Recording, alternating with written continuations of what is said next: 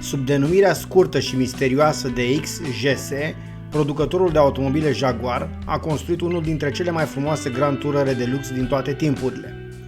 Astfel, între 1975 și 1996, aceștia au reușit să dea viață la numai puțin de 115.413 de bijuterii pe roți. Asta înseamnă că în acești 20 de ani, Jaguar reușea să producă în medie 15 astfel de mașini pe zi. Eu aș aprecia că destul de puține, ținând cont că acum sunt foarte greu de văzut, deși în principiu, aparținând clasei superioare, ar fi trebuit să aibă parte de o mentenanță corespunzătoare, multe dintre ele. Dar ce este un Grand Tourer? Ce înseamnă această denumire cu conotații aristocrate? Grand Tourerul nu este altceva decât ceea ce numim astăzi cruiser sau sleeper, adică un automobil mare cu un motor puternic destinat rulajului pe autostradă, la viteze mari și care beneficiază de un interior cu puternice înclinații pe zona de premium. Grand Tourerul, de asemenea, în general, provine dintr-o mașină coupé cu alură sportivă și în multe cazuri e construită în formatul 2+2. Făcând parte din această clasă superioară, mașina utilizează un format clasic cu motorul plasat în față și tracțiune pe puntea din spate. Frumusețea mașinii este oferită atât de clasa din care face parte, cât și de talentul celor doi desenatori principali care au creat-o, Malcolm Sayer și Geoff Lawson.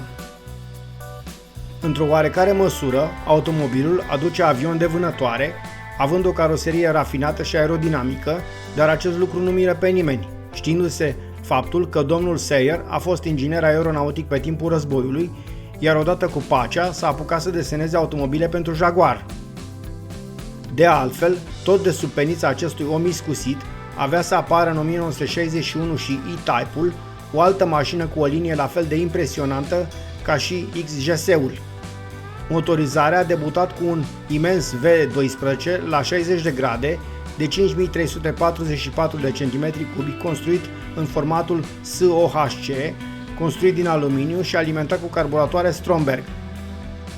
Astfel, ajutat de cutii de viteze mecanice cu 4 rapoarte sau automate produse de Borg-Warner sau turbohidramatic din producția GM, aceste mașini reușeau ușor să atingă accelerații de 7,5 secunde pentru 100 de km/h și 230 de km/h viteză de plafon. Odată cu anul 1983, Jaguar avea să introducă o nouă motorizare, mai puțin complexă, de doar 3,6 litri și 6 cilindri în linie, însă au folosit acest propulsor pentru versiunile convertibile ale modelului. Tot în acest context au fost utilizate și cutii de viteze cu 5 rapoarte de la Getrag, dar au fost folosite în continuare și automaticele de la ZF și modelele TH400 de la General Motors. Pentru anul 1991, Jaguar XJS a mai primit o gamă de motoare de 4 litri cu 6 cilindri în linie, dar și unul mai mare de 6 litri V12. De asemenea, între 1988 și 1993, Jaguar a pus la dispoziție o versiune XJRS în amintirea victoriei de la Le Mans din 88, versiune care genera chiar 318 cai putere.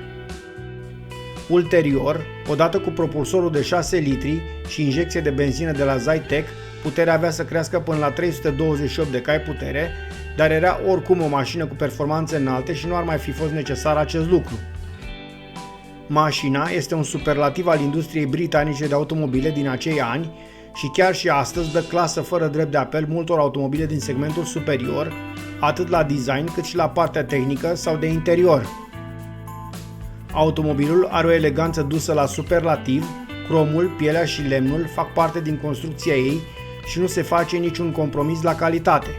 Ceea ce pare metal este metal, iar ceea ce pare lemn chiar asta este.